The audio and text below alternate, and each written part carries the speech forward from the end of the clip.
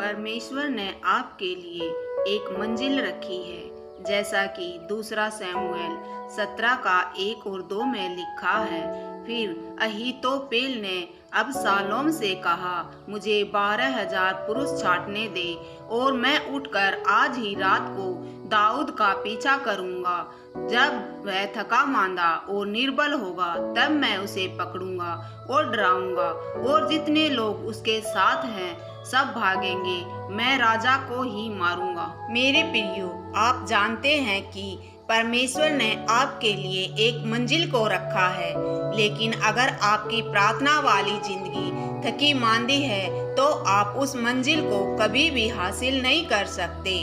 मेरे प्रियो, जब हम बाइबल में 2 शमूएल की किताब में 17 अध्याय को पढ़ते हैं तो उसमें लिखा है कि जब दाऊद अबशालोम से भागा जाता था तो एक व्यक्ति जिसकी सलाह परमेश्वर की सलाह के बराबर होती थी, उसने कहा कि मैं 12,000 पुरुष छांटकर आज ही रात दाऊद का पीछा करूंगा और जब वह थका मांदा होगा तब मैं उसे डराऊंगा और उसे मार दूंगा। मेरे प्रियो, उसने दाऊद को उस समय मारने की सोची जब वह थका और मांदा था और निर्बल था। उसी तरह शैतान भी आपके जीवन में तब हमला करता है जब आपका प्रार्थना वाला जीवन थका मांदा और निर्बल होता है। यानी शैतान भी आप पर तब हमला करता है जब आप आत्मिक रूप से थके और निर्बल होते हैं। इसलिए आपकी प्रार्थना वाली जिंदगी हमेशा मजबूत और गर्म होनी चाहिए ताकि शैतान आप पर हमला करने की सोच भी न पाए।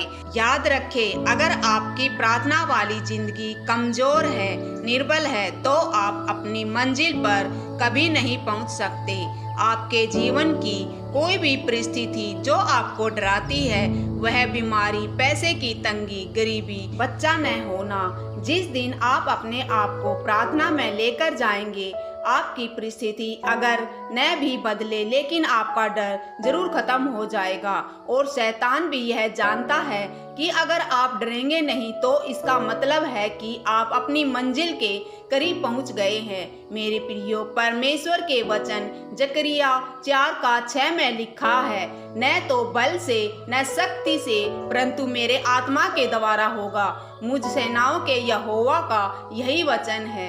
इस वचन के अनुसार आप अपनी मंजिल तक अपनी ताकत, अपने बल से नहीं बल्कि परमेश्वर के अनुग्रह और उसकी सामर्थ के द्वारा ही पहुंच सकते हैं। यानी कि अगर आप शारीरिक रीति से बलवान हैं तो आत्मिक रीति से भी आपका परमेश्वर के बल, उसकी शक्ति को हासिल करना होगा। प्रार्थना के समय को और बढ़ाना होगा। मेरे प्रियो, आज लोग चाहते हैं कि वह उस मंजिल तक पहुंचे जो परमेश्वर ने उसके लिए रखी है, लेकिन वह प्रार्थना में परमेश्वर की हजूरी में नहीं जाना चाहते, आत्मिक रूप से अपनी मेहनत को बढ़ाना नहीं चाहते। अगर आप धीरे धीरे उस मंजिल तक पहुंचना चाहते हैं तो आधे घंटे की प्रार्थना बहुत है, लेकिन अगर आप जल्दी पहुंचना चाहते हैं तो आपको अपनी मेहनत को, प्रार्थना को, उपवास को बढ़ाना होगा। अगर आप अपने जीवन की मंजिल तक पहुंचना चाहते हैं तो परमेश्वर के साथ समय बिताएं, अपने रोल को अदा करें, अपने जीवन से मूल्य अदा करें, परमेश्वर के वचनों पर दिन रात ध्यान लगाएं। तब परमेश्वर आपके लिए, आपके जीवन में अपने भेदों को खोलेगा और आपको आपकी मंजिल तक पहुंचाएगा। आमीन।